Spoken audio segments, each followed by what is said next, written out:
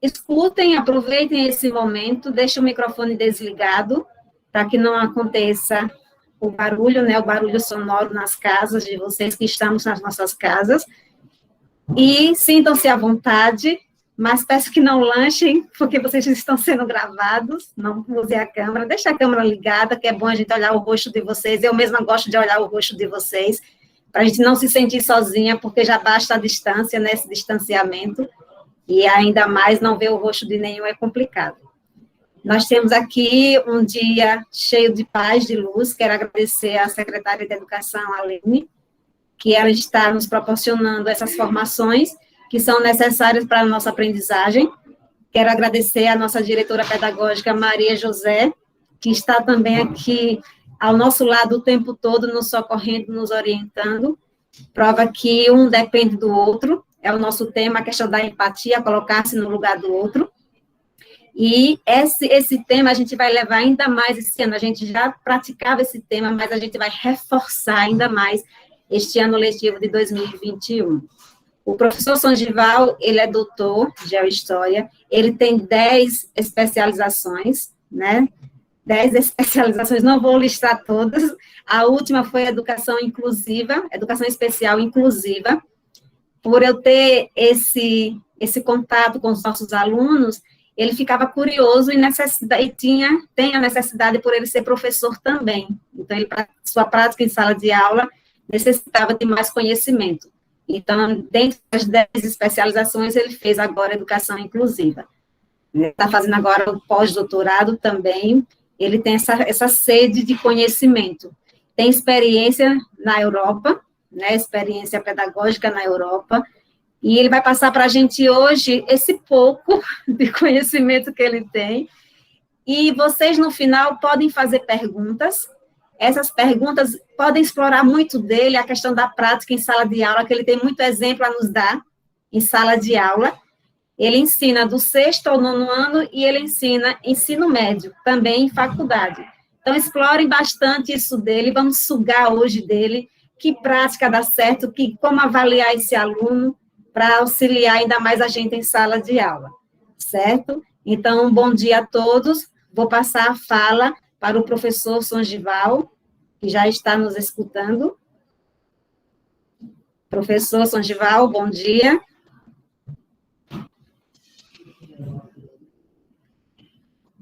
Bom dia, professor Songival.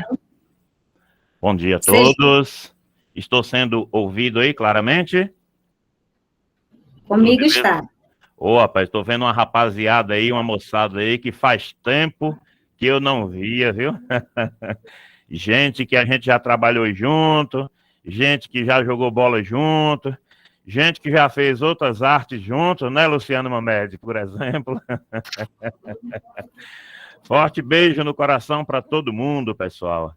Eu gostaria de deixar aqui claro que quando a gente vem falar sobre algo, é importante que a gente compartilhe com todo mundo as nossas experiências, mas, inclusive, as nossas experiências científicas, para não ficar a impressão que está sendo somente um papo, que está sendo, de fato, um papo, mas com embasamento técnico e científico, além da experiência, tá? Aí eu queria saber se vocês estão vendo a página de abertura dos slides aí, o primeiro slide. Educação Sim. Inclusiva para além do desafio, uma responsabilidade social 2021. Ok aí? Ok, professor. Beleza, então. Ok, sim. O que eu quero falar a vocês para início de conversa é dizer que nós estamos, para isso não precisava nem eu alertar, né? Estamos num ano atípico, tal qual foi o ano passado, mas nós temos um trunfo na mão. Diferentemente do ano passado, ninguém vai ser pego de surpresa. A gente vai agora iniciar 2021 e com fé em Deus, com os pezinhos no chão, já sabendo planejar para aquilo que nos espera. O maior problema de 2020, bem como será em 2021, é exatamente a pandemia do coronavírus. Porém, em 2021 a gente não vai mais precisar ser pego de surpresa, porque a gente já sabe o que enfrentar pela frente. Isso nos acalenta do ponto de vista, pelo menos, do planejamento. Então eu quero parabenizar aqui as pessoas que estão à frente da Secretaria de Educação do município de Ribeiro do Pombal por ter escolhido essa temática, educação e empatia, uma vez que a nossa ideia é exatamente poder praticar a empatia e poder ensinar aos nossos jovens tal prática, que, a depender do seu prisma, a depender do seu olhar, pode ser muito difícil ou pode não ser tão difícil assim. Depende do seu ponto de vista, depende dos seus ideais. E eu percebi que no subtítulo, elas colocam aí, muito bem bolado também, ó, construindo pontes entre a escola e a vida. O que é da escola, principalmente a escola no século XXI, no qual nós estamos, se não for um preparatório para a vida de verdade, para a vida que esperam essas crianças, esses jovens de um modo geral, lá mais na frente. E quando elas colocam construindo pontes, eu achei legal também por conta da presença desse gerúndio. Isso significa dizer que nós não vamos parar com essa construção de pontes. Estaremos construindo os elos que interligam realmente a escola com a vida. Então, falar de educação inclusiva, falar de inclusão de pessoas, é assim que eu costumo dizer, é muito interessante e, ao mesmo tempo, importante, justamente por ser a principal forma de combate às injustiças sociais. Portanto, é incluindo pessoas que eu construo pontes entre escola e vida realmente. Antes de mais nada, eu queria dizer a vocês que nós, quando falamos de buscar pesquisas, buscar informações que nos deixem aptos a abordar determinada temática, é de suma importância que coloquemos em prática aí pontos de vista, como eu disse lá no comecinho, que sejam dentro de um contexto social em que você vive, portanto, a praticidade é importante, mas que eu também tenha a ideia de trazer para as discussões, trazer para os debates e, portanto, para as aprendizagens, as bases de pesquisa, ou melhor até dizendo, as bases de investigação.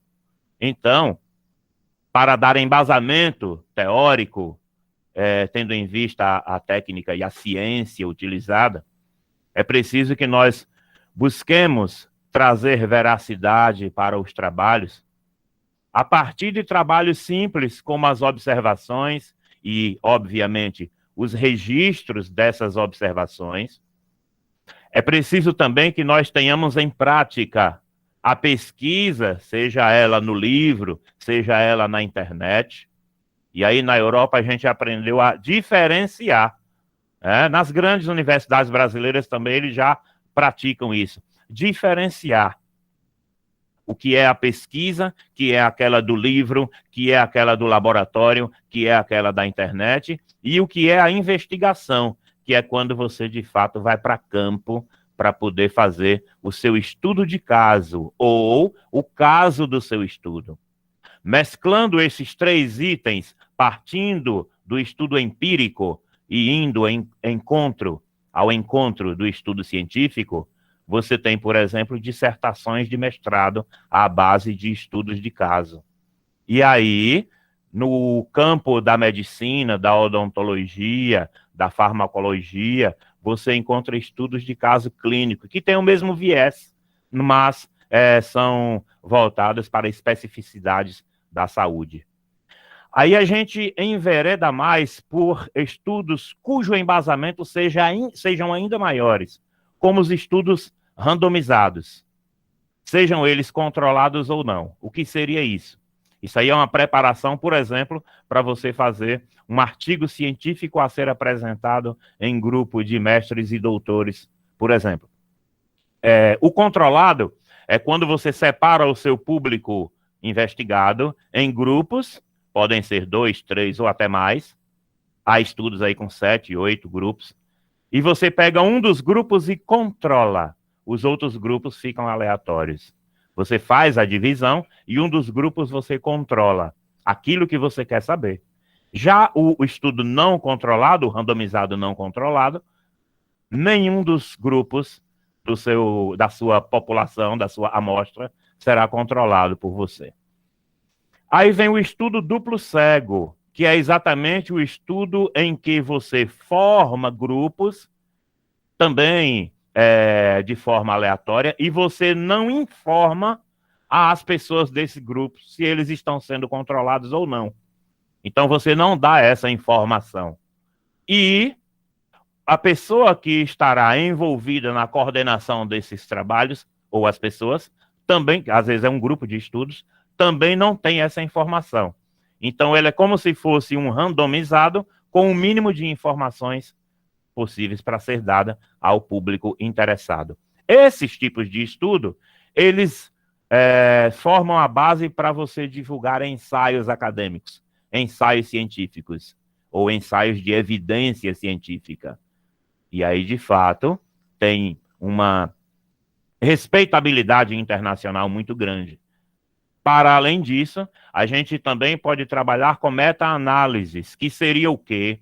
Seria você pegar vários artigos científicos ou várias dissertações e teses de doutorado, ou vários relatórios publicados em revistas científicas, fazer estudos. Esse vários pode ser de 2 até 20.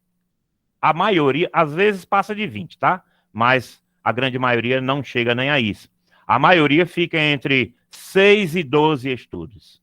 Eu costumo fazer um estudo de meta-análise com pelo menos 14 ou 15 informações, tendo em vista que dessas aí, a gente sempre tem 4 ou 5 que não tem em língua portuguesa. Daí a importância de a gente entender pelo menos um pouco, quando é um estudo técnico que a gente domina, um pouco do inglês ou pelo menos do espanhol.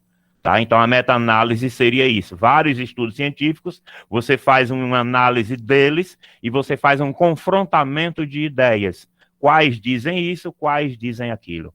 Isso é exatamente para que a gente tenha a ideia do quanto que foi pesquisado para que esse trabalho de hoje seja minimamente interessante, né? Pelo menos seja interessante. Por quê? Porque esse trabalho de hoje tem cunho de palestra. Então, isso faz com que entre 10% e 20% da ideia seja plantada em cada um de nós, para que depois nós tomemos isso como introdução e corramos atrás de mais estudos. Inclusive, que possamos solicitar também trabalhos como oficinas de um dia inteiro ou de 2 dias inteiros, ou trabalhos como cursos de 3 ou 4 dias, 5 dias, que sejam realizados mais à frente sobre aquilo que nos angustia. Vamos falar dos principais autores que temos nesse mundo aí da inclusão de pessoas e, nomeadamente, da educação inclusiva. Podemos falar inicialmente aí de Philippe Perrenot, que ele foi aquele que citou a importância do dar apoio ao outro, de se colocar no lugar do outro para poder apoiá-lo. A individualização dos percursos, porque nem todo mundo é igual, portanto, os percursos a serem traçados devem ser diferentes também, e a consideração de que os contextos sociais e culturais são extremamente importantes para que a gente possa identificar o que cada público necessita realmente dentro da nossa escola. De Crowley, ele cria a pedotecnia, esse termo estranho dos métodos ativos. Foi simplesmente o termo dado a ele para criar o trabalho em escolas com metodologias ativas, que são aquelas metodologias em que a gente já começou a estudá-las dentro do município de Ribeirão do Pombal desde o ano anterior, e depois teve de ser interrompida por conta da pandemia, substituída aí por atividades remotas. Mas, em resumo, de Crowley, ele defendia a ideia de que é importante que você coloque metodologias em que o aluno seja o sujeito das ações. Veja que eu estou me referindo à virada aí do século XIX.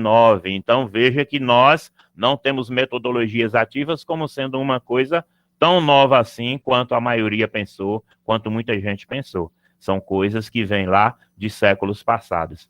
E também falamos a respeito de Maria Montessori, que ela colocou uma frase que eu achei extremamente importante, por isso que eu trouxe-a para cá. Crianças precisam menos de medicina e mais da pedagogia.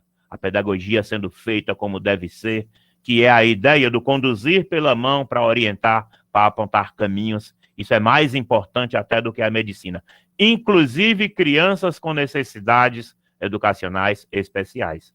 Precisam muito mais da pedagogia do que da medicina. É óbvio que depende de cada caso. Existem casos que sem a medicina também não vão avançar, não vão evoluir. Então, o que é importante mesmo é saber que as crianças precisam mais da boa pedagogia do que da medicina, mas saber que precisam também da medicina. É muito importante, em alguns casos, a gente ter essa sensibilidade. A gente enquanto professor, a gente enquanto escola, a gente enquanto família, a gente enquanto sociedade.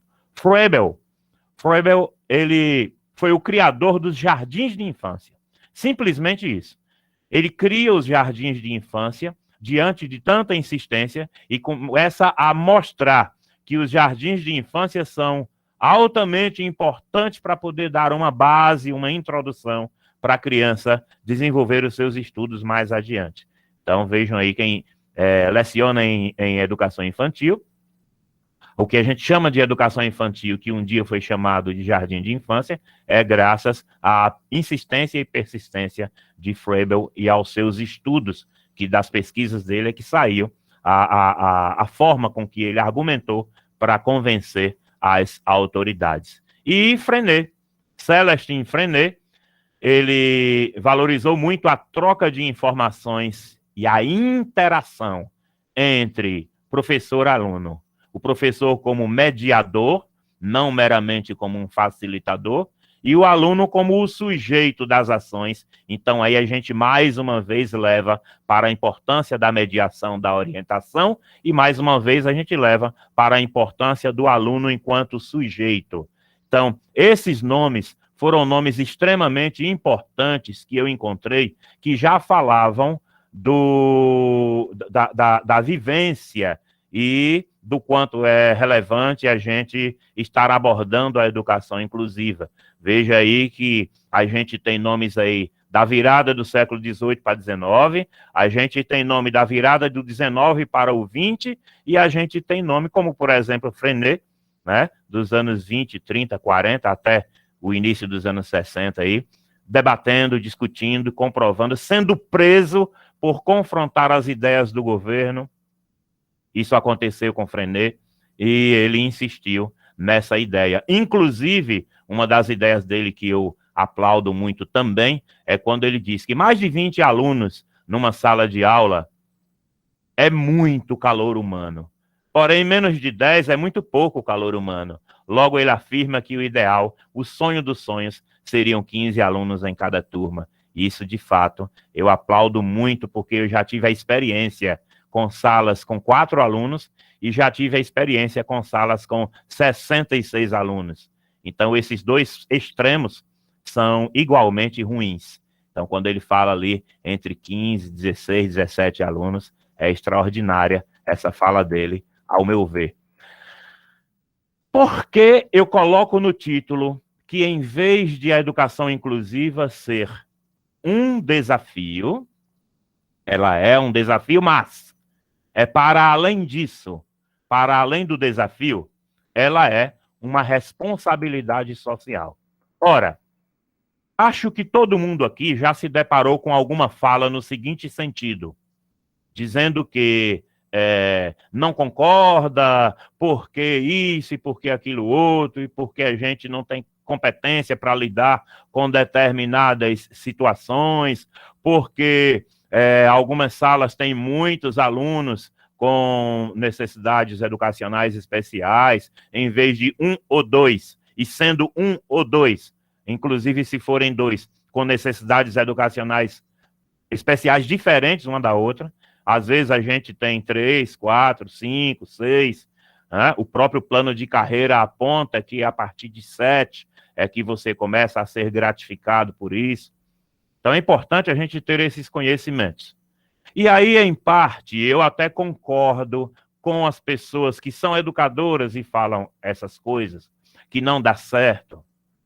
Por que que eu concordo em parte? Porque essas pessoas afirmando isso, fica nítido que elas são frutos do medo. Elas são frutos do medo de enfrentar o novo.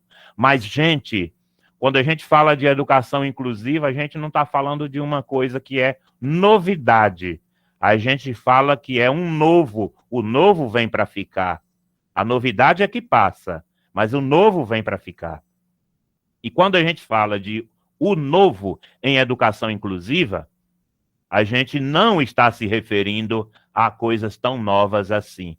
É o novo, mas é secular. Veja em 1948, a Declaração Universal dos Direitos Humanos, que já apontava para direitos das pessoas. E nesses direitos das pessoas, a pessoa tem direito à vida e por aí vai.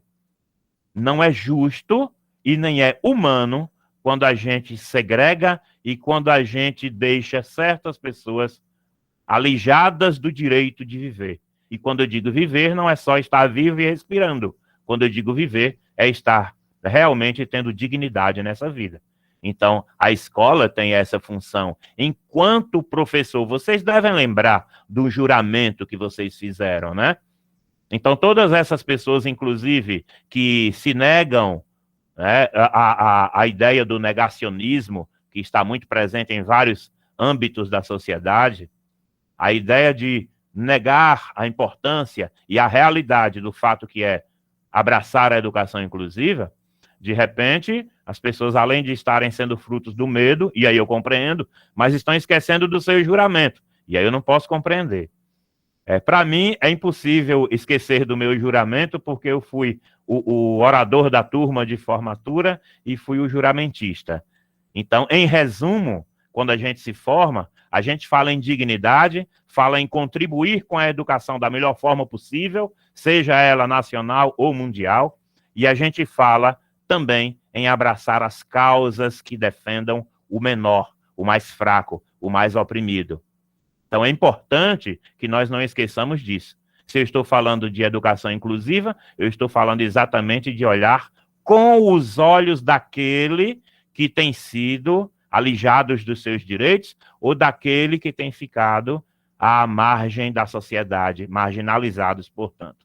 Tá? Então, além da Declaração Universal dos Direitos Humanos, existem outros documentos de grande valia também quando o assunto é incluir pessoas.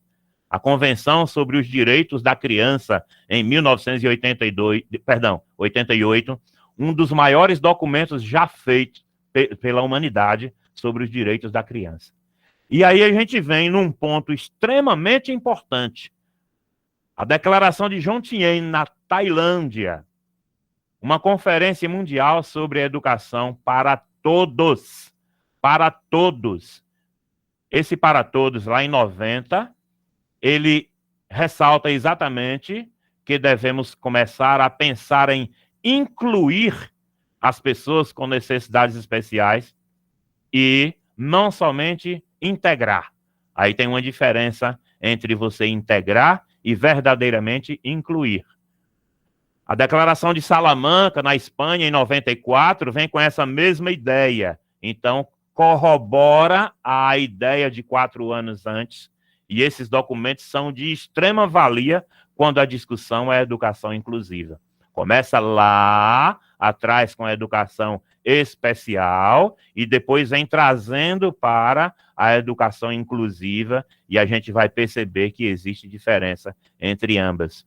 A Convenção de Guatemala, na América Central, também muito importante aí no final da década de 90, realizada pela OEA, Organização dos Estados Americanos, E aí eu queria lembrar a vocês que de todos esses documentos, que são os principais documentos do mundo que fala sobre educação inclusiva, o Brasil fez parte. O Brasil assinou. Então nós, enquanto brasileiros, só estamos cumprindo aquilo que foi convencionado, aquilo que foi compartilhado e comprometido pelo nosso país, e nós somos profissionais deste país, em atender a essas necessidades. Então, eu diria que isso tudo vem convergir num documento feito pelo governo federal brasileiro em 2008, chamado de Política Nacional de Educação Especial na perspectiva da educação inclusiva, na perspectiva não do ato de segregar, do segregacionismo, e sim da inclusão das pessoas. Essa é a perspectiva que a gente tem que olhar. Então, de 2008 para cá, deveria ser de 48 para cá, ou pelo menos de 1988 para cá. A propósito, em 88 é sancionada a Constituição Federal Brasileira, a atual Carta Magna, que também vem trazendo essa ideia. Mas, na pior das hipóteses, há 12 anos, de 2008 para cá, isso torna uma política nacional. Então, falar de educação inclusiva, seja na escola ou na sociedade de um modo geral, não é fazer favor a ninguém e não se trata de escolha, gente.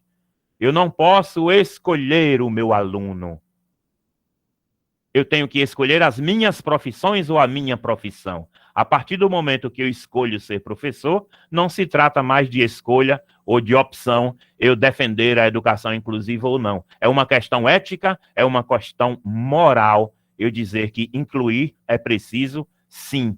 E eu conheço professores que, talvez mesmo sem saber, fazem um trabalho de inclusão extraordinário. Então, mas também, por outro lado, conheço outros que ainda precisam amadurecer essa ideia e, principalmente, abraçar essa causa como um compromisso seu, como uma responsabilidade sua. Não mais como um desafio. Desafio era lá nos anos 40, 50, 60, 70, 80. Ali era desafio. De 90 para cá, os documentos mundiais, e na década de 2000, o documento principal em 2008, essa política nacional, nos mostra que já passa a ser uma responsabilidade nossa falar e praticar a inclusão. Agora, existem pontos em que eu não tenho competência para atuar? Beleza, por isso que nós estamos em grupo, nós estamos em equipe, nós estamos em sociedade e nós vamos solicitar de alguns outros profissionais que possam estar ajudando, e de famílias e etc. e tal. Os conceitos que podem ser abordados nesse contexto aí, nessa fala. Educação especial, o que seria isso? A propósito, vocês têm um documento brilhante, que é um documento da Secretaria de Educação de Ribeirão do Pombal, que eu li a parte de educação especial e inclusiva, de autoria aí da professora Sara, que tem uns trechos que são brilhantes. E essa definição, esse conceito, melhor dizendo, que a gente traz para falar com as próprias ideias, a partir daquilo que foi encontrado lá. Então, em suma, a educação especial é uma modalidade de ensino que vem de tempos mais remotos, lá atrás, ó, século XVIII, século XVII. E no Brasil ela foi legitimada no século XIX, aí, mais precisamente na década de 50 do século XIX. A educação para surdos e a educação para deficientes visuais ou cegos, na época ainda de Dom Pedro II, tendo uma sensibilidade para esse público da educação especial, nomeadamente aos surdos e aos cegos. Então veja que não é coisa de hoje, é uma coisa que já vem há um bom tempo. Agora, educação inclusiva. A educação inclusiva é um pensamento muito maior, é pensar verdadeiramente fora da caixa. Portanto, a gente poderia dizer, com base, inclusive, nas leituras desses documentos da Secretaria Municipal de Educação, a educação inclusiva é o elo entre a educação especial e o ensino comum. Eu poderia dizer aqui ensino regular, perfeitamente, mas eu prefiro utilizar o termo ensino comum, porque aqueles que não são considerados como alunos, digamos assim, né, anormais, eles estão matriculados devidamente, E aí a gente convencionou chamar de ensino regular.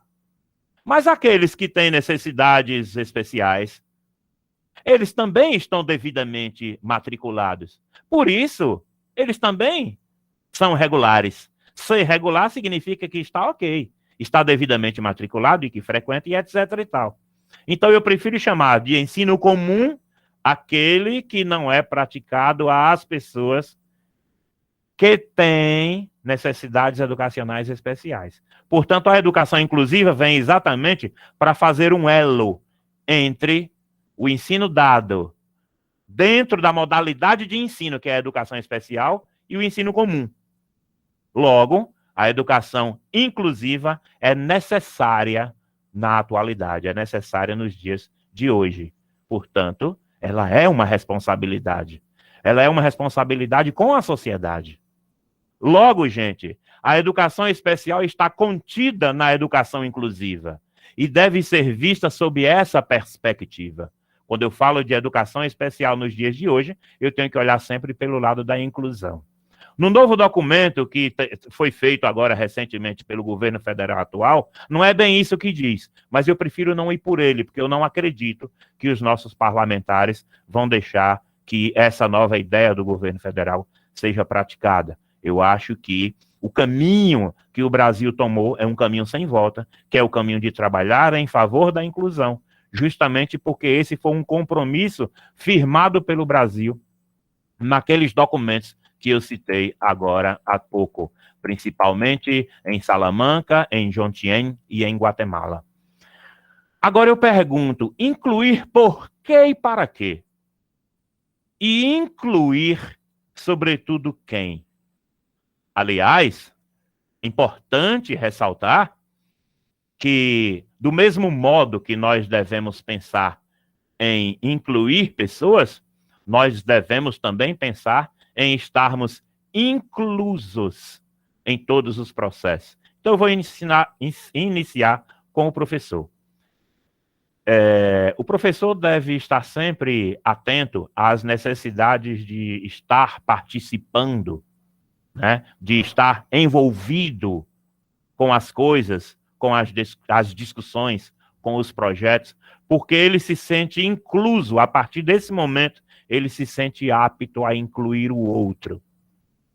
E também os gestores. Quando eu falo no gestor de cada escola, eu falo no gestor público, eu falo no gestor que está na Secretaria de Educação comandando esse processo. Aliás, quero, nesse momento, agradecer ao pessoal da Secretaria de Educação pelo convite para que nós pudéssemos fazer esse trabalho aqui, né, de cerca de 1 hora e pouco de conversa. Deu um trabalho danado, não foi, rapaz? Porque, assim, a gente pensou em fazer um trabalho até às 19 horas, eu falando e vocês ouvindo, ó, eu pensei assim. Aí as meninas disseram, não, rapaz, diminua um pouquinho. Aí fechamos em a gente ficar até às 15 horas, acho que tá bom, né? Mas depois elas me deram outra incumbência. Não, rapaz, puxa aí para 1 hora e meia, pelo menos. Igual, então tá bom, tá bom. Aí ficou mais ou menos por aí, já pensou? Brincadeiras à parte, eu queria chamar a atenção para um ponto específico, gente.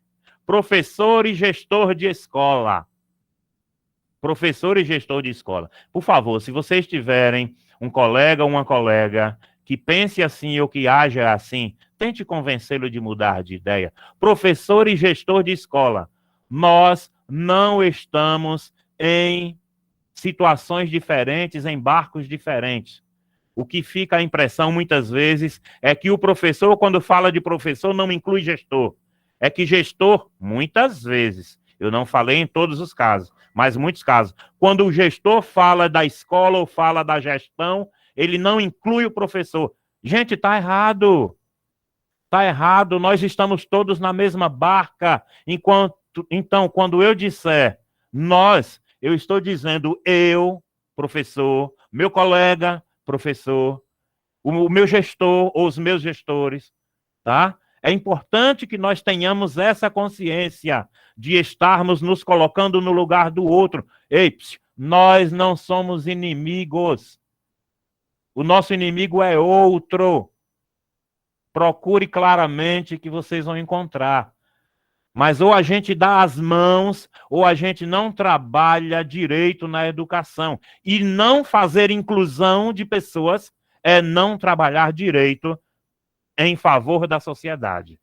E aí eu não posso esquecer também de um outro detalhe que às vezes passa-se despercebido. Aquele funcionário, colaborador da escola, tem que se sentir parte desse processo educacional e, portanto, da educação inclusiva, sim. Uma vez que nós precisamos preparar as pessoas, de um modo geral, para estarem atentos a isso. E as pessoas precisam se sensibilizar para poder fazer essa prática. Então, não importa a função, se ele é motorista, se ele trabalha na secretaria, se ele ou ela, claro, né, é porteiro, ou se é como zelador, merendeira, não importa a função. Todas as pessoas têm que pensar como uma empresa. A escola é uma empresa. E aí todos têm que pensar no bem comum. Qual é o bem comum? O bem comum é educar. No sentido da proposta desse ano da Secretaria de Educação, é educar sob o ponto de vista da empatia. E como é que eu não coloco-me no lugar do outro? Então a gente precisa repensar isso. A gente precisa ter novas ações a partir de novas reflexões. E aí, quando eu junto professor, gestor de escola, todos os funcionários da escola, pensando fora da caixa e pensando em um denominador comum, é preciso agora que nós convidemos as famílias, os responsáveis, os pais, para estarem fazendo parte desse processo. Mas eu só posso ter respaldo, eu só tenho moral para convencer o pai, ou a mãe, ou o avô, a avó, enfim, para que haja dessa maneira, se ele perceber força em mim. E ele só vai perceber força em mim se eu estiver unido, enquanto professor, enquanto gestor, enquanto funcionário, de um modo geral, da escola. E aí eu tenho competência, portanto, para, unindo-me aos pais, convencer a comunidade, de um modo geral, vizinho da escola, ou até mesmo a sociedade, de um modo geral, para que trabalhemos juntos e não um na contramão do outro. Daí, todos nós juntos, vamos partir para a questão das parcerias. Parceria com clínicas, parcerias com o comércio, parcerias com a imprensa, parcerias com os artistas. Raramente a gente convida uma pessoa dessa. Mas veja, quando a gente convida, essas pessoas comparecem para poder fazer trabalhos juntamente conosco, para poder, inclusive, investir na educação e, às vezes, investir grana em projetos também. É importante demais essas parcerias. E aí, depois de todo esse passo a passo, eu falando em incluir, eu venho falar sobre os estudantes, que carecem da nossa cumplicidade. É preciso que nós conquistemos as confianças deles, a confiança deles, principalmente se são estudantes com necessidades educacionais especiais. Então, eu poderia falar, veja, aqui a gente vai abordar rapidamente quais as necessidades especiais ou as deficiências mais comuns encontradas nos nossos estudantes, mas, ao mesmo tempo, a gente não vai decifrar o passo a passo. Aí nós precisaríamos de um curso ou precisaríamos, pelo menos, de uma oficina para poder abordar. Aí fica aqui a sugestão, quem sabe mais adiante, né? Cada professor que perceba que tem alunos com necessidades educacionais especiais X ou Y, passe para os seus gestores e os seus gestores passem para a coordenação municipal de educação especial inclusiva para poder estar criando cursos voltados para essas especificidades mais adiante. Então, qual o principal problema, visto que o aluno com deficiência motora, ele encontre? A acessibilidade. Como é que eu faço, portanto, para resolver? Vamos aí, quando eu falo eu enquanto professor, os meus gestores, os funcionários, vamos ver o que é que a gente pode fazer para convencer a Secretaria de Educação e a Secretaria de Educação, portanto, trazer a Prefeitura junto para poder identificar a acessibilidade. A acessibilidade, bem como para o deficiente visual, é extremamente importante. Então, esse seria o ponto primordial. Surdez e deficiência auditiva. O surdez, a surdez, aquele que tem surdez por completo, e a deficiência auditiva, aquele que tem parcial. Então, depende muito do grau. O que pode ser observado aí? Bom, ele não escuta, então a presença de intérprete com conhecimento de Libras é extremamente importante. E também é bacana quando eu começo a fazer um ensino baseado em imagens. Isso é legal, é muito importante para eles. Deficiência intelectual, óbvio, temos que observar qual é o nível da deficiência intelectual para poder identificar o que realmente precisa. O que eles mais precisam é de apoio, de calmaria e de norteamento. Então, o apoio aí, incluindo profissionais da saúde, é importante. Às vezes um psiquiatra, às vezes nem precisa de um psiquiatra, às vezes de um psicopedagogo clínico, e aí essas coisas vão sendo ajustadas, claro, com base no que a gente pode chamar de níveis. Se é moderado, se é leve ou se é severo, aí já fica um pouco mais complicado.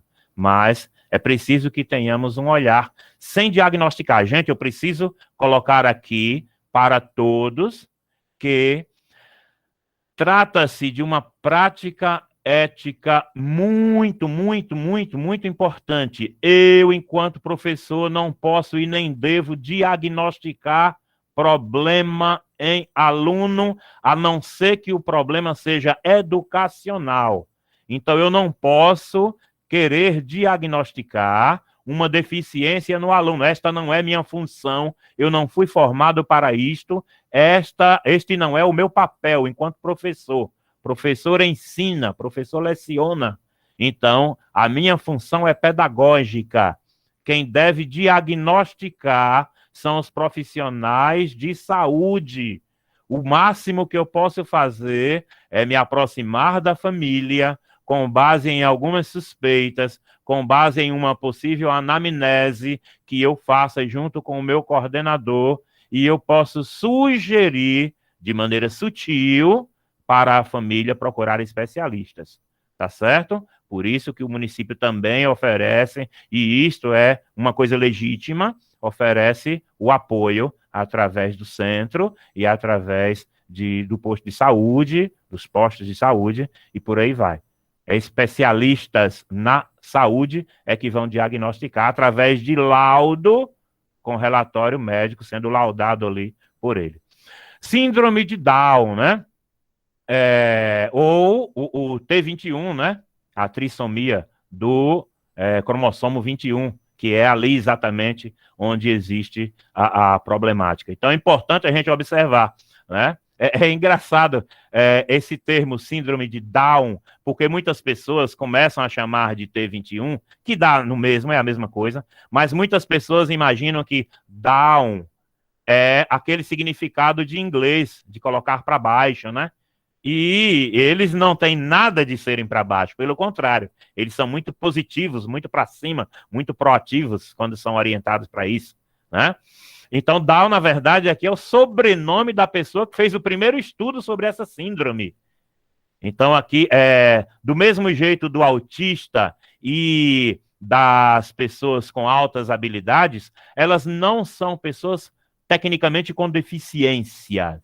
Elas são pessoas que têm transtornos ou síndromes, mas que acostumou-se colocar como deficiência para que essas pessoas não percam seus direitos legais com relação a benefícios da lei, tá bom? Então, por isso que é uma prática já incluí-los dentro do bojo das deficiências.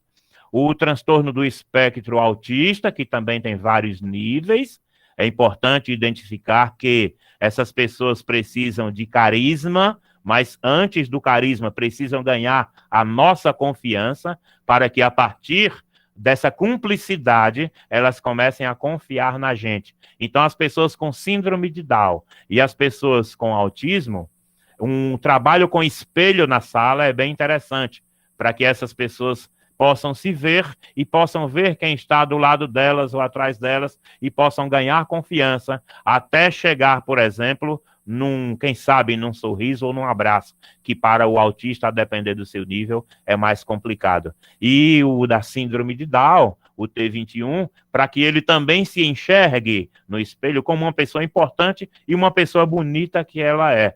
A gente tem que levantar a autoestima, esse é o papel mais importante para essas pessoas. O chamado TDA, o transtorno do déficit de atenção. Essas pessoas, gente, bem como aqueles que são hiperativos, ou aqueles que têm os dois, porque a pessoa pode ter TDAH, em muitos casos isso acontece, porque a pessoa muitas vezes tem um transtorno do déficit de atenção, exatamente por ser hiperativo. Mas essas pessoas precisam ser levadas à prática esportiva, pessoal. Precisam ser levadas à meditação, à música lenta, a um tempo de reflexão, a um cochilo na metade da manhã, quem sabe. A prática esportiva é fenomenal para incluir essas pessoas, todas essas pessoas. Mas eu diria, sobretudo, no TDAH. E mais uma nota.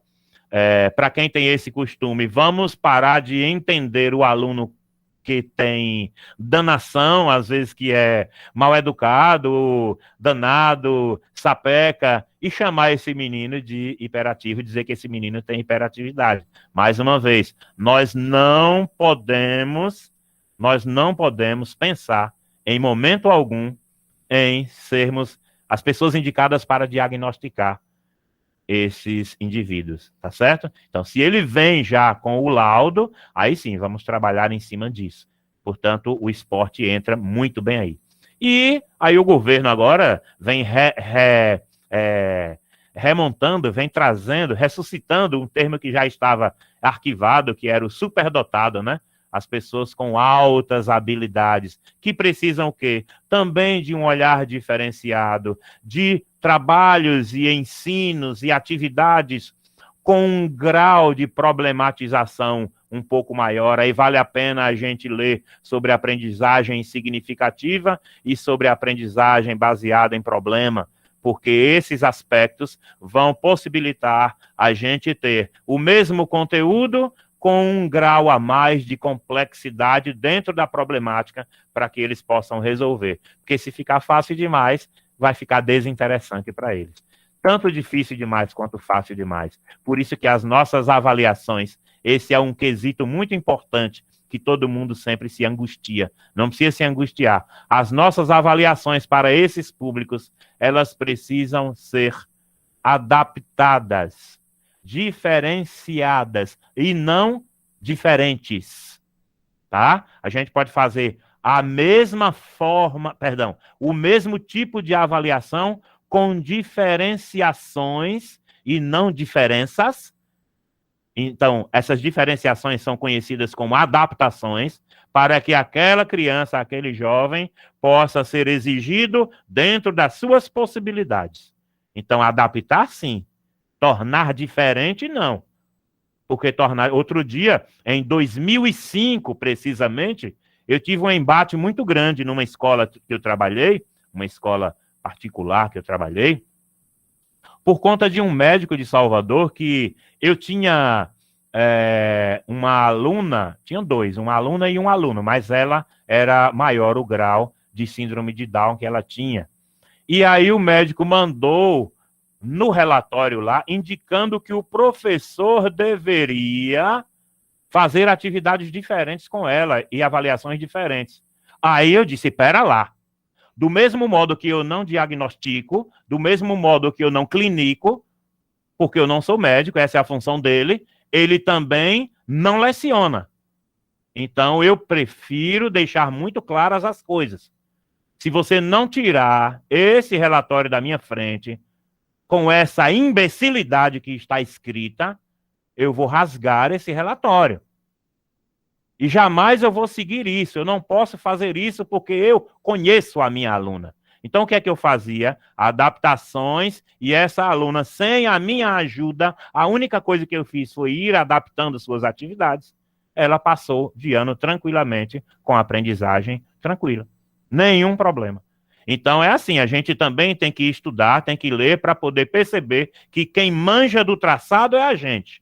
Por que eu manjo? Não é uma questão de soberba, é porque eu busco estudar para poder me aproximar daquela situação, para assim saber resolvê-la pedagogicamente. Vamos falar um pouquinho dos os distúrbios que causam alguma dificuldade. Então, aqui eu posso falar da dislalia, que é a língua do Cebolinha, né, a chamada língua pegada, muita dificuldade com o R e com o L, e algumas outras letras também. O que é que a gente tem que ter? Paciência, e além da paciência, chamar para que possa ter a influência aí de um fonoaudiólogo. O trabalho do fono é extremamente importante. Ele é quem vai dizer se passa para um cirurgião resolver o problema ou se não precisa. Disfonia.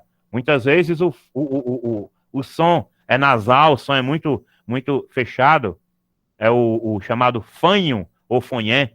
Então aí, se ele tiver muita vergonha de falar, é importante que você chame para ele apresentar os trabalhos perto de você e depois você vá dando asas de liberdade para ele. Quando chegar no final do ano, ele está apresentando o trabalho no meio de todo mundo. E você, utilizando a autoridade de professor, também coibir a chamada mangação dos colegas, que isso acontece. Você tem autoridade para isso. Às vezes a gente tem um pequeno equívoco entre autoridade e autoritarismo. Eu não posso ser autoritário, mas eu tenho que ser uma autoridade na sala de aula.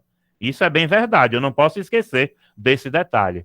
A disfemia, também chamado de gagueira, disfemismo ou disfluência, né? No Mercosul chama-se mais de tartamudez. O indivíduo que é gago, chamado de tardíloco pelos especialistas, também tem tratamento, é importante paciência, exercício de autoconfiança e fonoaudiólogo chama, conversa, apresenta a possibilidade para as famílias, porque tem cura, inclusive, viu? A disgrafia é quando a pessoa tem dificuldade na escrita, mas dificuldade na escrita não só porque escreve errado, porque escreve fora da linha, porque escreve trêmulo, porque não respeita linha e grade, que é aquele negócio de começar com a letrona e ir fazendo bem miudinho no final, parecendo uma rampa ou uma escadinha. Esse problema, trêmulo demais, esse problema também é fácil de ser resolvido se a gente tiver paciência, prática de ortografia e o apoio do psicopedagogo, bem como a descalculia, que já é a dificuldade de aprendizagem dentro da área dos cálculos, da geometria, da aritmética, da matemática, né? Às vezes não aprende, e não aprende porque tem esse problema.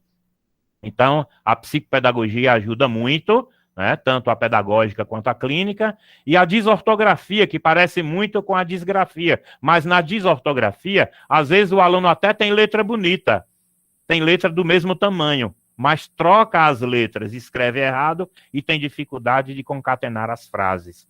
Então, isso é mais uma prática pedagógica e psicopedagógica também. E a dislexia, que é a dificuldade em ler e em interpretar textos escritos. Aí você faz como? Além da psicopedagogia poder ajudar e de psicólogos para a pessoa se acalmar, você começa a colocar este aluno que tem dislexia para fazer mais trabalhos orais do que trabalhos escritos, e aí ele começa a se dar bem. Aliás, tem uma lei que dá esse direito para ele, né? Então, às vezes a gente não sabe, mas as leis protegem essa galera e a gente fica dizendo, eu não concordo. Não, a questão não é mais essa. Essa questão de eu concordar ou não foi até os anos 90.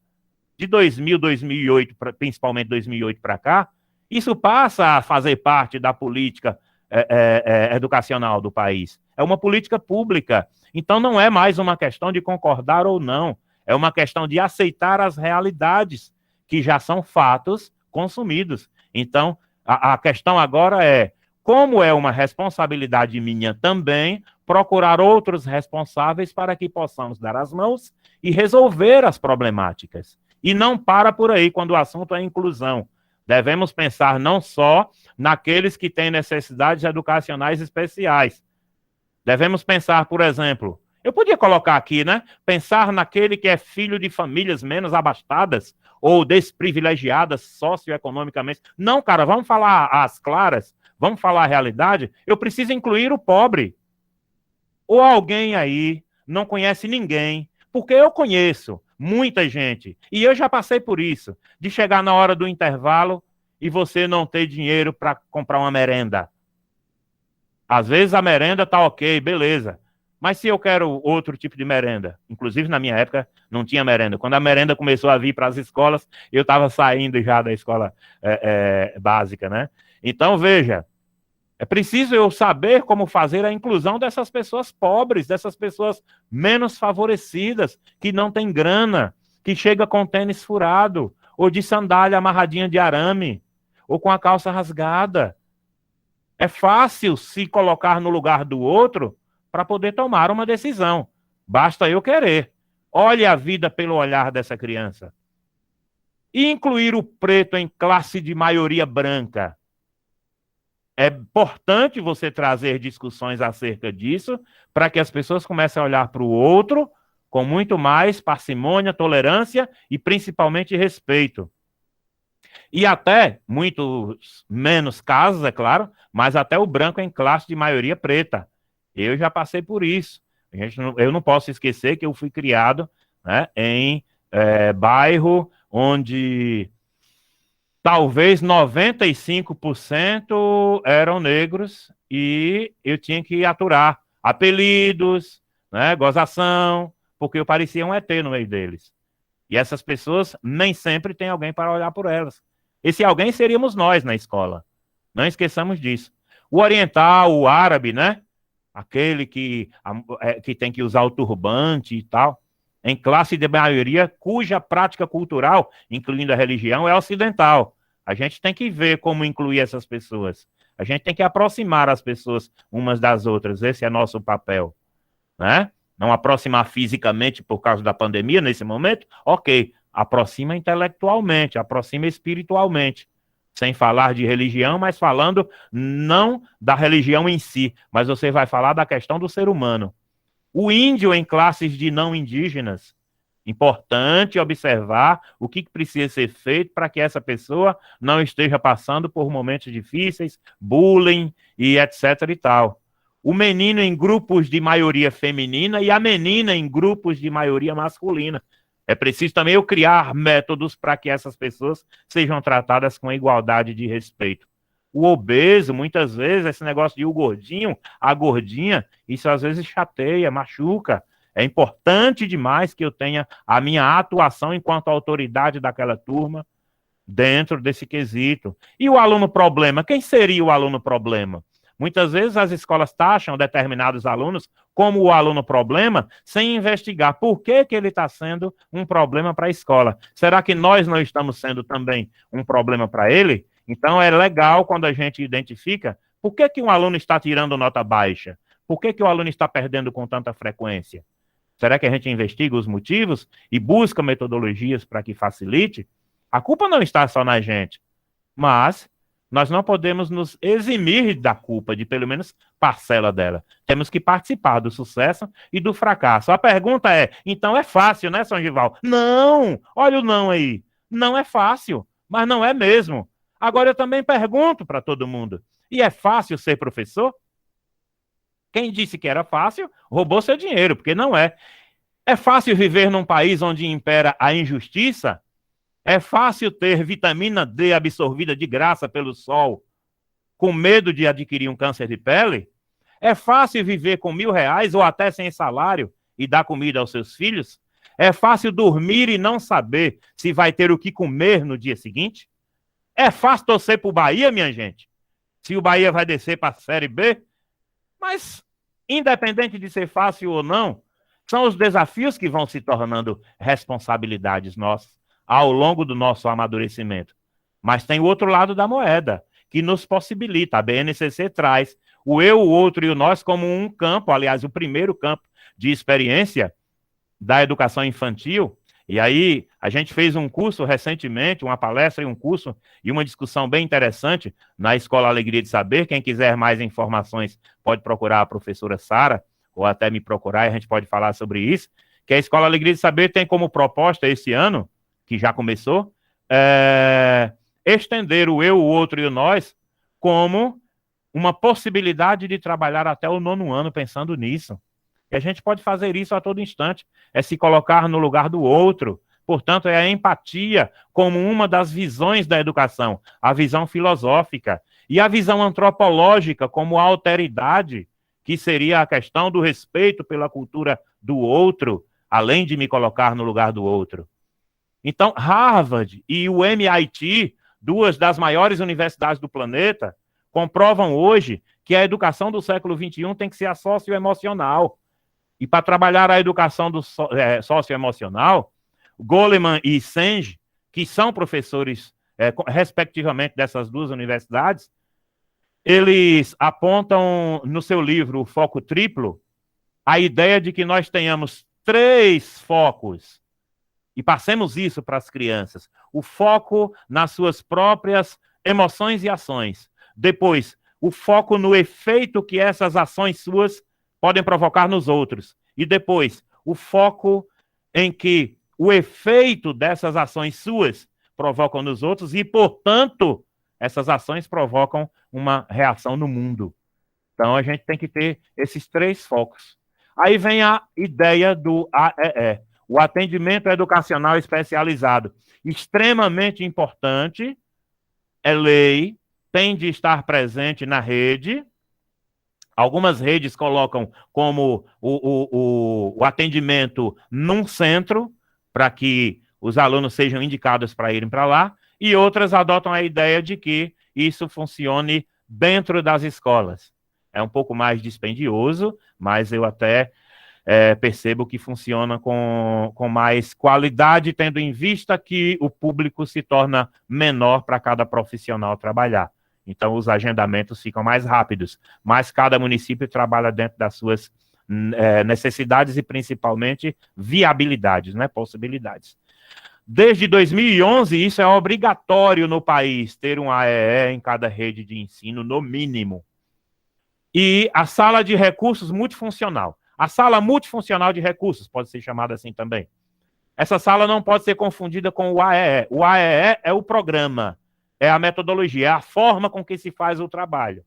E a sala é o espaço físico, munido de vários tipos de tecnologias assistivas, para que seja implantado dentro do sistema educacional, né? Eu trago alguns nomes de pessoas de algumas universidades que defendem a presença do AEE urgente nas escolas. Do Paraná, a Clarissa Haas. A Mantoan fala muito bem do AEE como preferencialmente da lei. Quando a lei diz que o aluno deve ser preferencialmente matriculado no ensino regular, Mantoan afirma que o preferencialmente é exatamente dizendo que, ao ser matriculado, tem que ter um AEE ali para que possa estar dando atenção, preferencialmente, inclusive, no turno oposto a esse aluno. Menezes e Silva tem obras lá no Piauí a respeito disso também. Libéria Neves, na Universidade Federal de Minas Gerais. Gisele Machado, na Unijuí. E Negócio Nunes, lá no Rio Grande do Norte. Também são pessoas que defendem essa ideia em seus trabalhos acadêmicos. Queria apontar termos-chave para você, termos importantes, termos principais, que seria, na empatia, o outro, na alteridade, o respeito, na inclusão, a justiça social, no foco triplo, as competências intrapessoal e interpessoal. No momento de pandemia, a gentileza não só como a boa educação, isso aí é obrigação, a gentileza é muito mais profundo que isso. É ser bem educado, mas ser muito empático e, de preferência, simpático também, não custa nada. Na educação, de um modo geral, serenidade, compaixão e carinho. Na competência, as habilidades, sem as quais a competência não é formada. E na vida, o amor. O amor não sendo olhado como beijinho e abraço, porque isso pode ser sinônimo, inclusive, de falsidade. Não que seja, mas pode até ser. Mas o amor de verdade, aquele que você se doa pelo outro e está sempre pronto a ajudar. Outras sugestões de leitura para todos nós. 25 livros, inclusive 2 de Mantoan, sobre educação inclusiva, nesse site aí que eu deixo para vocês aí. Aliás, o blog, né? Num blog, né? O Divep Fabriciano 2015. É um blog, tá? Tem 25 livros indicados lá. Os documentos de acesso fácil disponíveis no site Portal do Professor, né, o site do MEC, aí, Portal do Professor, vários documentos, mais de 20. A obra Reconhecer para Libertar, os caminhos do cosmopolitanismo cultural. Boaventura de Souza Santos, um dos maiores escritores nesse ramo, que é o da educação inclusiva. 11 livros gratuitos para você baixar de grátis, lá sobre educação inclusiva, lá na universidade, no site da Universidade do Recôncavo Baiano, aqui na Bahia, Universidade Federal do Recôncavo Baiano. E também uma obra que eu acho muito interessante, e aí é o tal do santo de casa, né? Que dizem que não faz milagre, mas às vezes contribui. Inclusão de crianças especiais em uma escola pública de Ribeiro do Pombal, Bahia, Brasil. Um estudo de caso. Santos, Maria José Sara C. É possível encontrar no repositório da Universidade Aberta de Portugal. Só entra nesse repositório trabalhos acadêmicos que tenham mais que 8,5 de média. Então, a dela deve ter sido de 9 para lá, viu? Portanto, é um trabalho extremamente importante. Podem conversar com ela sobre isso.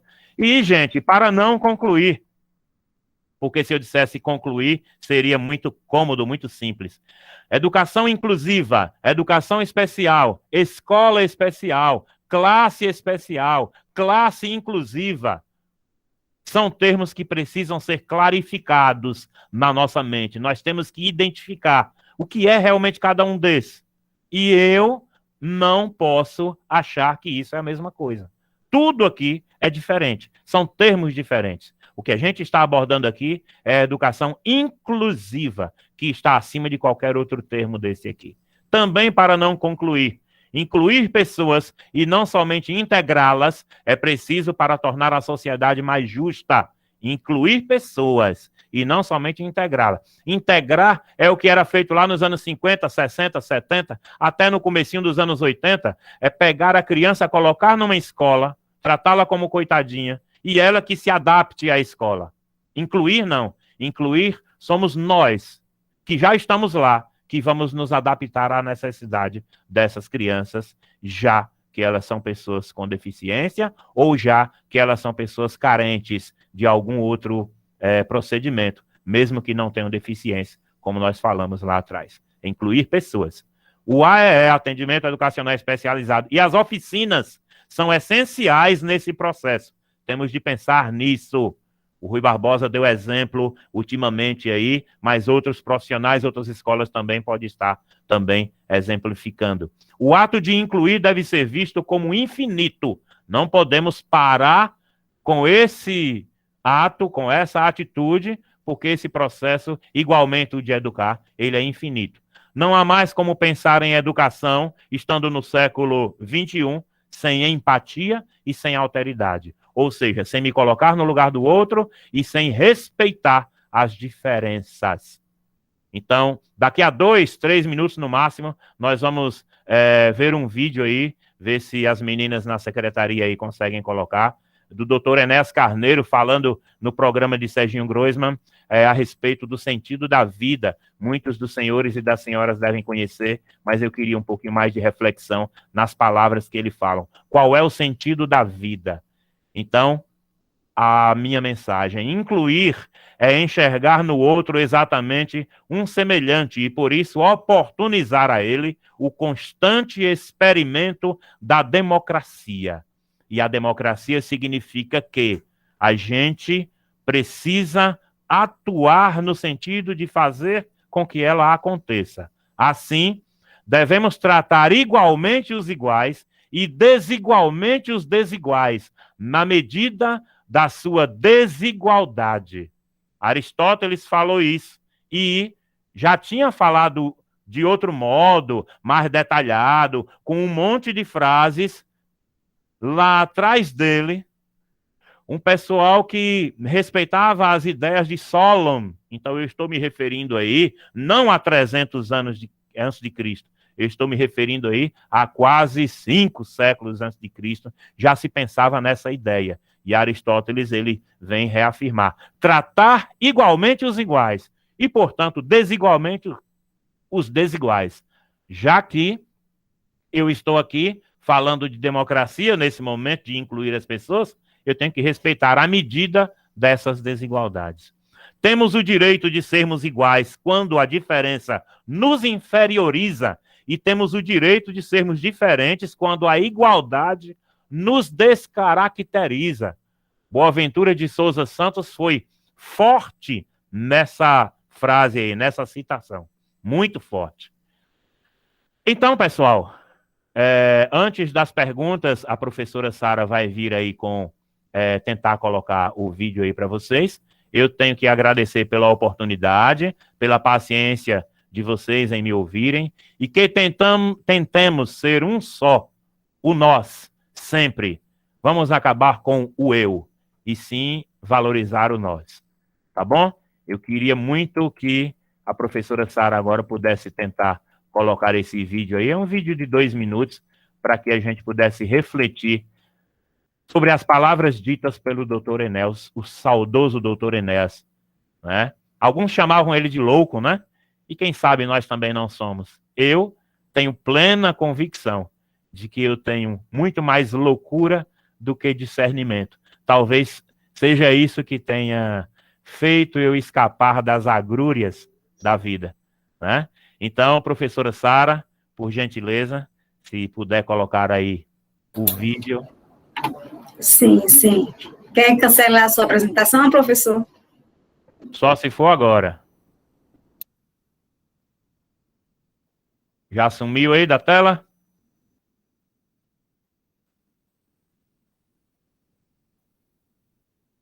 Já sim. Só Pronto. um momento. Beleza pura. Pessoal, e vocês fiquem bem à vontade para colocar suas perguntas aí. O velho rei, meu lateral direito, tá aí na área, né, meu irmão?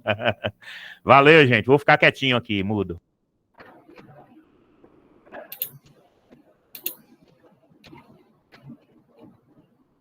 Gente na linha, alô?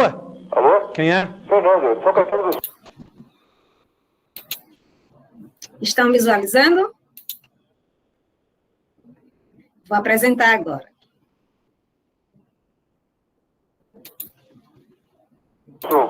Tudo legal? Tudo bem, e aí? Tudo bom. Quantos anos você tem? Eu tenho 20 anos. 20 anos. Pergunte ao doutor Enéas. Olha, eu gostaria de perguntar, será uma coisa muito ampla, assim, eu gostaria de saber o sentido da vida para ele. Ok, obrigado, Fernando. Bonito, né? O sentido da vida.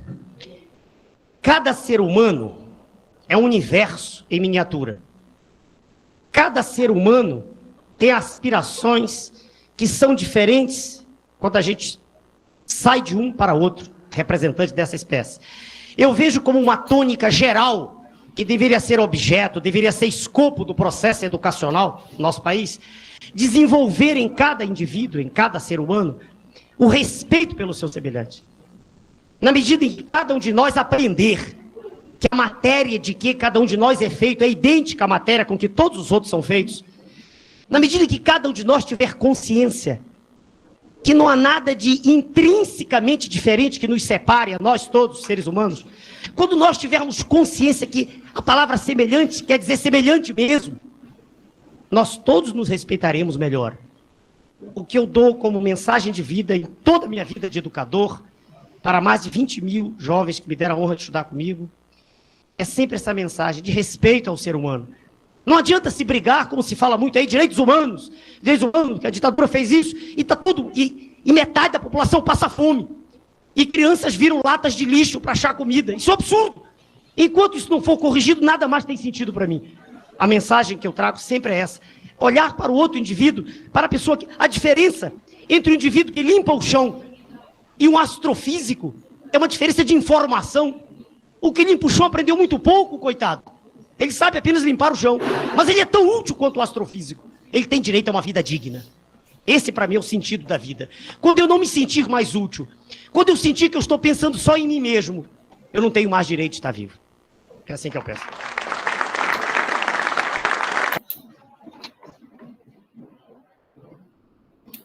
Pois é, gente. Eu não consigo ouvir esse áudio, assistir a esse vídeo sem encher meus olhos de lágrima, todas as vezes. Porque, de fato, como pensar na vida sem perceber a importância dos outros, como se eu pudesse viver sozinho?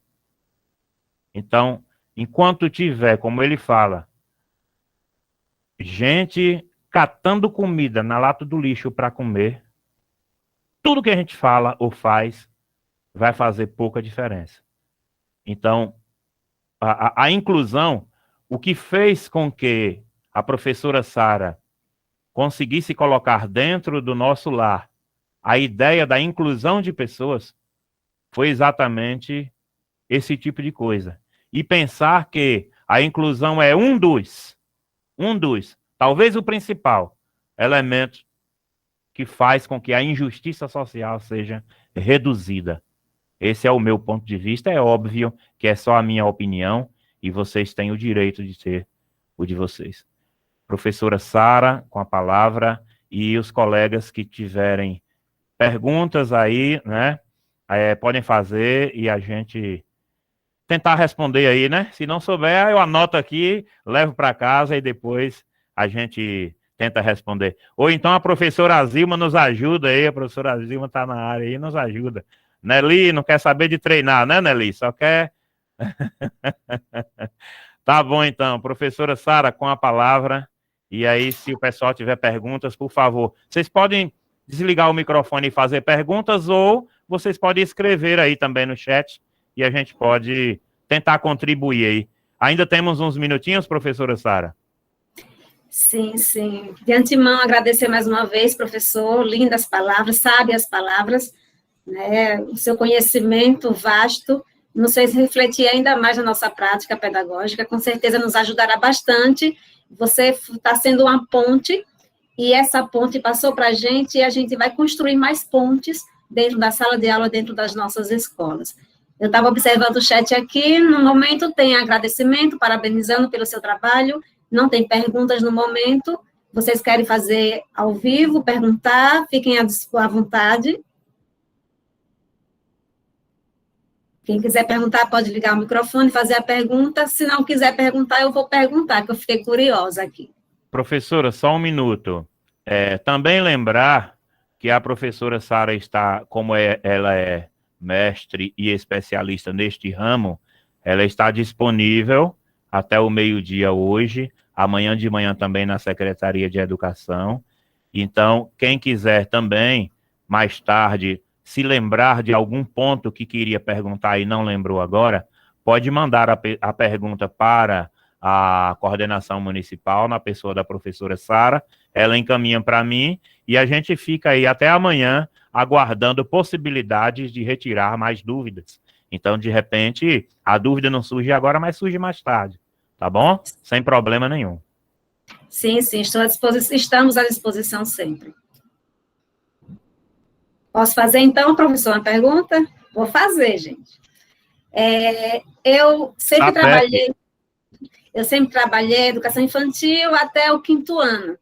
E aí, o ano passado, eu me deparei do 6º ao 9º ano, coordenando uma escola chamada Rui Barbosa aqui no município. E aí, a gente percebe que trabalhar com a educação inclusiva voltada a alunos com deficiência tem aquele certo tempo de cada aula. E a gente percebe que esse tempo acaba deixando mais corrido ainda o trabalho do professor. Eu quero orientação sua, como prática pedagógica sua. Algumas dicas, alguns exemplos que possam nos ajudar a praticar também com esses alunos do 6º ao 9º ano, lógico, e se tiver também do 1º ao 5º, educação infantil, a gente está aberto a qualquer ideia. Então, pode nos passar algumas experiências positivas? Ok, acredito que sim. Eu tenho uma lista aqui, inclusive, de coisas que eu iria colocar aí, mas talvez colocando por escrito fique muito, muito vago, então é importante que eu fale.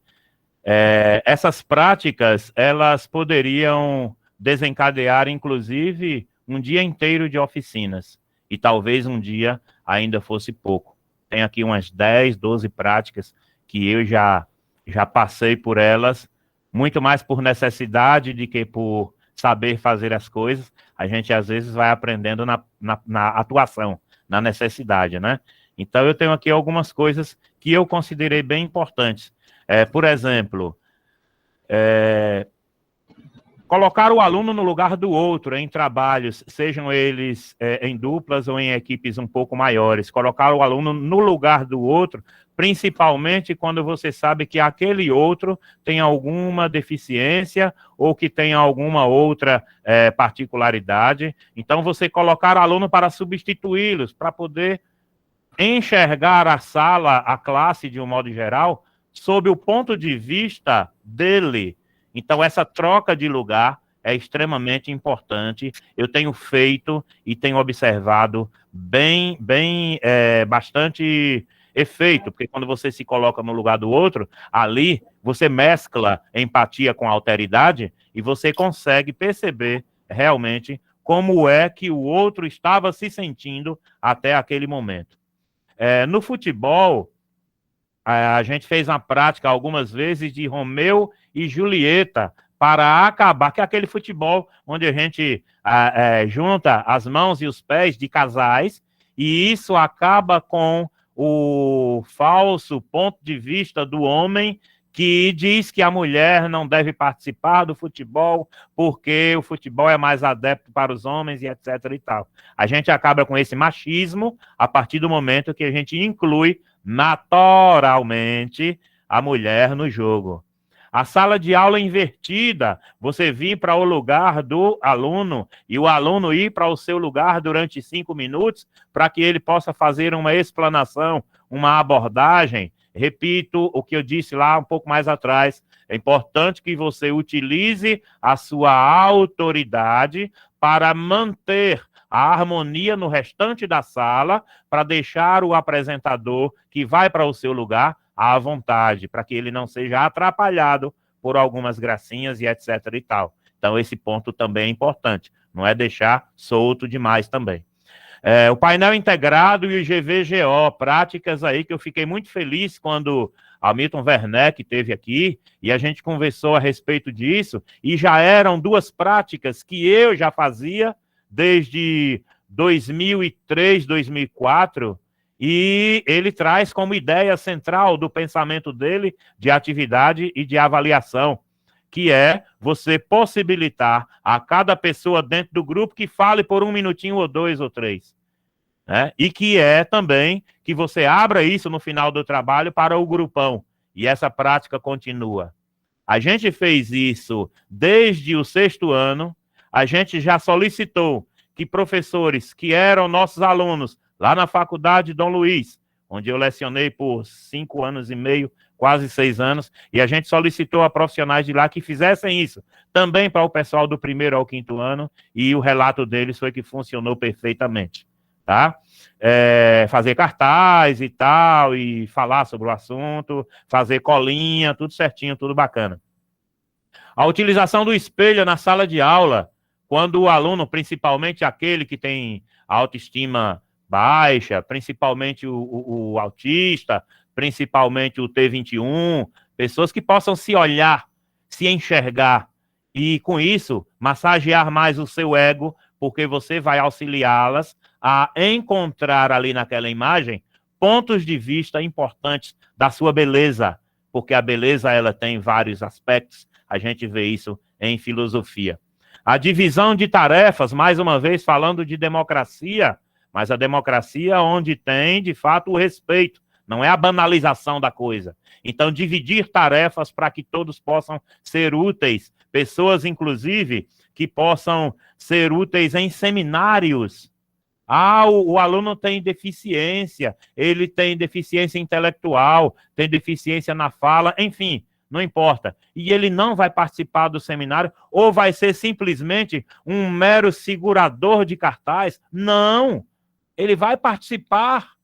Eu tive alunos recentemente que as pessoas estavam... E como ele vai participar? Ele vai participar sim, gente. Da construção de relatórios e portfólios, ele vai fazer a parte dele. Mas Songival, ele só sabe fazer bolinhas e tracinhos, ele não escreve. Beleza, mas ele desenha? Desenha. Pronto, ele vai desenhar. Ah, mas a gente nem entende direito o que é que ele faz. Ele vai me dizer. Foi o que você quis dizer aqui, pai, com isso aqui? O cara vai me dizer o que foi, pronto, ele fez. Olha a avaliação adaptada aí. Então, ele vai apresentar o trabalho junto com o outro e ele vai poder passar ali a informação com base no que ele está enxergando do assunto. É a visão dele. Você tem que descer a sua para se equiparar à dele. Você tem que descer do pedestal. Então, é necessário que a gente se aproxime do aluno. Olha a cumplicidade aqui. Então, esses alunos aos quais eu estou me referindo, eles foram... O ano passado não, gente, perdão. Eu estou me referindo a 2019. Eles foram meus alunos em 2019. Um deles havia sido aluno de lá do Rui Barbosa, ProSara, em 2018. E ele foi para o ensino médio. E o povo, aí não vai dar certo. Vai dar certo sim. Primeiro passo, ele tem que ser disciplinado igual aos demais. E você vai, aos poucos, é claro, enquadrando dentro das normas da escola. E depois disso, aí você o coloca para ir participando. Enfim, ambos foram aprovados sem nenhuma necessidade de ajudinha, de coitadismo. Não, foi só modificar o olhar. Quando eu percebi que era possível, mas que eu sozinho não ia convencer os demais, eu pedi à professora Sara, falei com a gestão da escola, a gestão da escola convidou a professora Sara para ir fazer uma palestra, dizendo como avaliar. Simples. 2h30 de fala são resumidos em somente uma frase. Pegue a avaliação que você faz para o aluno que você decidir dizer que é normal, que eu duvido que algum de nós seja, e aquela avaliação você pega e adapta, tendo em vista a necessidade daquela criança ou daquele jovem, tá? E, por fim, citar aqui uma experiência minha em Curral Falso, 2005, trabalhei lá 2005, 2006, que a gente fez eu fiz uma horta comunitária, chamei os alunos, eu chamei os alunos, fizemos uma horta, para que eles utilizassem daquela horta. Então, teve aluno que o único contato que tinha com relação à sua evolução educacional tinha sido exatamente a partir dali, quando eles identificaram a possibilidade de falar de técnicas agrícolas dentro dos trabalhos. E aí um outro aluno que era considerado por muitos aluno problema, já quase adulto, estudando EJA, 5ª e 6ª série na época, ele chegou para mim e disse, professor, como é que eu vou fazer, velho? Eu disse, você faz o quê, rapaz? Eu ajudo meu pai a matar porco, cortar porco e vender porco no açougue. Eu disse, pronto. O nosso assunto em ciência, na época eu estava com ciências na EJA, complementando a carga horária, e eu disse, o nosso assunto não é aparelho digestivo? Pois, você sabia que aparelho digestório, ele tem muita semelhança entre porco, macaco e ser humano? Os dois animais que mais se parecem com a gente são exatamente o macaco e o porco. Então, você vai trazer uma fuçura para a sala de aula para que a gente possa falar sobre isso. E você vai dar um show. Dito e feito. Fora o Fedorzinho na sala de aula, ele foi brilhante dando uma aula de aparelho digestório do corpo humano, só que ele estava falando do porco. E aí a gente fazia só as pequenas interferências de adaptação de fala. Só isso. O cara teve nota 10. Então é a gente ter sensibilidade em poder olhar para as coisas. Essa é a minha visão. Professora Sara, não sei se eu fui claro no que eu falei, mas é a minha opinião. Sim, sim. Pelo que eu entendi, então, a gente, na questão da avaliação, você até falou em Werneck, é a gente usar o mesmo instrumento, só que com critérios e olhares diferentes, né? Diferentes não, adaptados. Não é isso? Perfeitamente, perfeitamente. Você pode usar tranquilamente e deve o mesmo instrumento. Aí os critérios que são o seu olhar em cima de como você vai analisar, avaliar, interpretar o que ele vai te dar como resposta, são esses critérios que você adapta de acordo com a especificidade de cada um. Afinal, todos somos diferentes.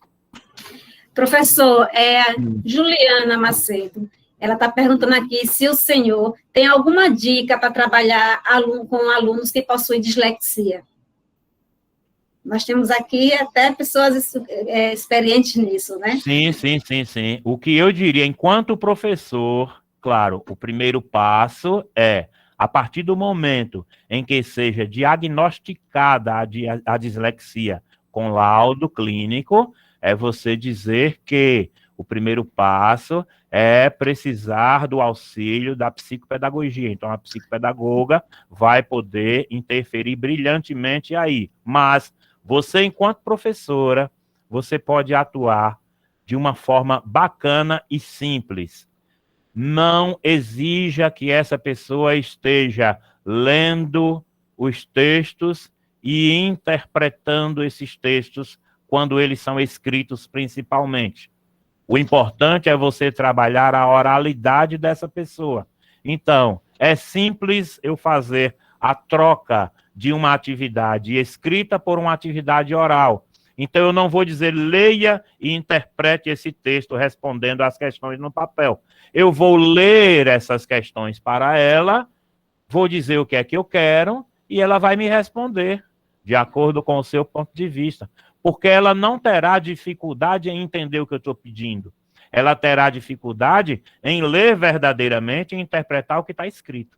Então, trocar a parte da sua escrita pelo seu pedido para que ela responda oralmente, isso, inclusive, é um direito legal que ela tem, é um direito que está na lei que ela tem, tá bom? Então, essa é uma prática bem interessante. Obrigada. Olhando aqui o chat, a Zilma, nossa psicopedagoga, também ela contribuiu, Juliana. Você pode dar uma lida aí nas contribuições de Azilma, que ela está aqui também recheando nossa formação, nossa palestra. Obrigada, Pro. E beleza. Aí, mais alguma pergunta, gente? Quem tiver, mande aí. Aliás, Azilma, aproveita e diga aí que dia é que volta o Conexão Escola, que o povo está me perguntando aqui, viu? Agradecer, gente, eu não posso esquecer, agradecer aqui, que eu estou no estúdio da Canabrava FM, agradecer na pessoa do Cleiton Cardoso, o seu diretor, e o apoio técnico aqui do Theo Durval, que eu estou com o computador dele. Vocês não sabem o que foi que aconteceu hoje aqui. Na hora que eu liguei meu computador, coloquei na tomada para poder não ser pego de surpresa com a queda da bateria, a fonte do meu computador pegou fogo, e o bicho quase pega aqui. Quase que a gente tem que trocar o estúdio, viu, Azilma? Dizem que o estúdio aqui vai ser remodelado todo, quase que a gente antecipa o passo. Aí, por sorte minha, Theo Durval preparado, como sempre, chegou aqui e eu estou com o computador dele aqui. Se fosse pelo meu, eu não sei não, viu? Pegou fogo literalmente aqui, cara. Brincadeira. Professor, a gente está para iniciar o chamado ensino híbrido, né? Está aí dependendo da autorização do governador. E tem uma preocupação, acredito que não só minha. Nossos alunos com deficiência, alguns vêm acompanhados de comorbidades. E aí a minha pergunta é, esses alunos poderão retornar às aulas presenciais? Pois é, tem um professor meu de karatê, um mestre de karatê, do Rio de Janeiro, que ele costuma responder as questões, algumas das questões assim. Aí depende dos dependes. Por quê? É inevitável, gente. O retorno à sala de aula é inevitável. O grande problema é saber como e quando. Eu vou agora utilizar as palavras do governador do estado, o Rui Costa, da semana passada, quando ele disse, a gente vai ter que voltar às aulas, precisa sentar com os educadores e discutir sobre as possibilidades. Por quê? A Bahia tem uma ideia de que sua população, nós estamos falando aí de um estado cuja população se aproxima de 16 milhões, a Bahia tem uma ideia de que a sua população na totalidade seja vacinada daqui para o final do ano, daqui para dezembro. Então, a gente não pode esperar para entrar em sala em 2022. Agora, retornar em 2021, primeiro, quando? Nós não sabemos ainda, mas em algum momento será necessário. Segundo, em se tratando de pessoas com necessidades especiais, não só educacionais, mas necessidades especiais. Pessoas com deficiência.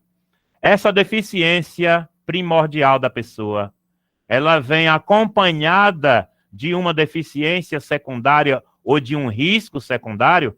Por exemplo, será que essa deficiência, ela possibilita abrir as portas para um problema cardíaco? Será que ela possibilita abrir a porta para um problema renal ou para um problema de diabetes? Ou será que a pessoa já tem diabetes ou é pré-diabética? Essa deficiência da criança ou do jovem, será que vem acompanhado de obesidade ou, pelo menos, de sobrepeso? Porque tudo isso é considerado como possibilidade de comorbidade que abre as portas para o coronavírus.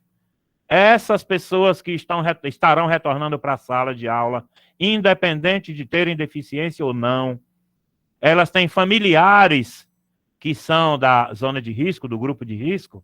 Então, tudo isso precisa ser respondido primeiro, e que se todas as respostas forem não, é que vai estar na hora das crianças voltarem. Caso contrário, vou usar as palavras aí da professora Zilma, quando ela complementa a resposta para a Pró Juliana, quando ela diz, seja paciente e perseverante. Então, nós temos de ser, nesse início pelo menos, perseverante nas atividades remotas e pacientes no sentido de saber realmente esperar a hora certa. Vai ser inevitável que eles voltem, mas é preciso que antes tomemos o cuidado com relação a todos esses pontos aqui abordados.